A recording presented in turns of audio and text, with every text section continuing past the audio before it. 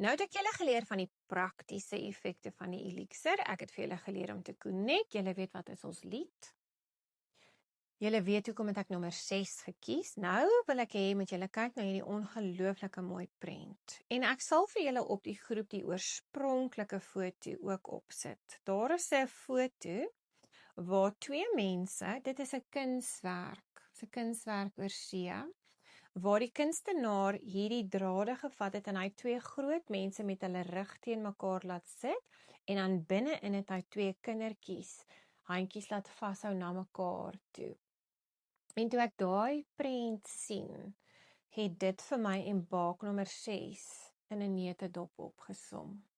En dis hoekom julle hier sal sien, hier is 'n man en 'n vrou wat hande vashou, maar hulle lyk soos twee staalmensies en dan staan twee kindertjies wat uitreik na mekaar toe, né? Dis 'n baie diep journey. En dan het ek natuurlik aan die een kant het ek nou vir julle die trein gesit en aan die ander kant het ek vir julle die Titanic gesit. Ons kan ook nou spot en sê dit is the Love Boat. Maar die rede hoekom ek vir julle hierdie prent so gekies het, is toe my ouers getrou het die oom wat hulle getrou het, vir hulle gesê, hulle klim vandag op 'n huweliksbootjie van hulle lewe. En hulle huweliksboot gaan uit op die see. En kan julle sien, hier's water, ek het baie water weer, water is emosie, ek het water hier ingebring. En daar stap 'n man en 'n vrou in hulle trourok en hy in sy pak en hulle gaan nou, oor die water gaan hulle nou op hulle huweliksbootjie of op hulle huwelikstrein klim. En kan julle sien, daar's pragtige ligstrale, daar's sonstrale, maar kan julle sien, daar's ook donker wolke. En weet julle wat, dit is ongelukkig die huwelik, dit is die huwelik, dit is waaroor die huwelik gaan. Kom ek wys julle hierdie mooi prentjie, kyk hoe mooi is hierdie enetjie.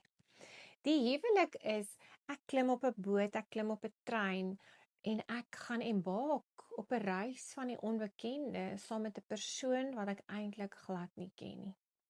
Dit is eintlik 'n ongelooflike groot verantwoordelikheid om te trou. En as julle na al die mooi prente kyk wat ek nou vir julle gaan wys, wil ek hê dat, ek wil nie negatief wees nie, maar is dit nie interessant dat wanneer ons trou ons met sterre in ons oë nie. Niemand van ons staan daar by die kansel en ons sê, I do till death do us part, ek gaan vir jou my beste gee, en ons maak so met ons vingers agter ons rug nie.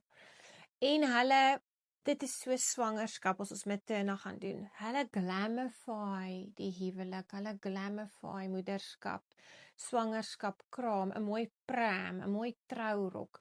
Die effort wat ons in daai troue se beplanning insit, daai effort moet ons hou wanneer ons deur ons huwelik gaan. En selfs al staan jy daar voor die dominee of die priester of die oudste of wie ook al wat besig is om jou te trou, dit is soos die dag wat jy swanger raak. Jy het nie 'n cooking clue wat vir jou wag nie. En dit help nie eers ons gaan en ons preek vir die kinders en ons maak hulle bang of vertel hulle hoe dit is nie, want niemand gaan jou regtig glo totdat jy self daardeur gaan nie. So die belangrike ding wat ek nou in hierdie journey gaan doen is, ek gaan allerhande aspekte vir julle oor praat. Taboes, goed waarmee ons sukkel. En ek gaan probeer om ons perspektief te kry, sodat wanneer ons iemand ken wat in 'n huwelik gaan instap, of wanneer ons seuns gaan grootmaak, of ons dogters gaan grootmaak vir trou, dat ons hulle gaan leer om die regte huweliksmaat te wees, maar om ook die regte huweliksmaat te kies.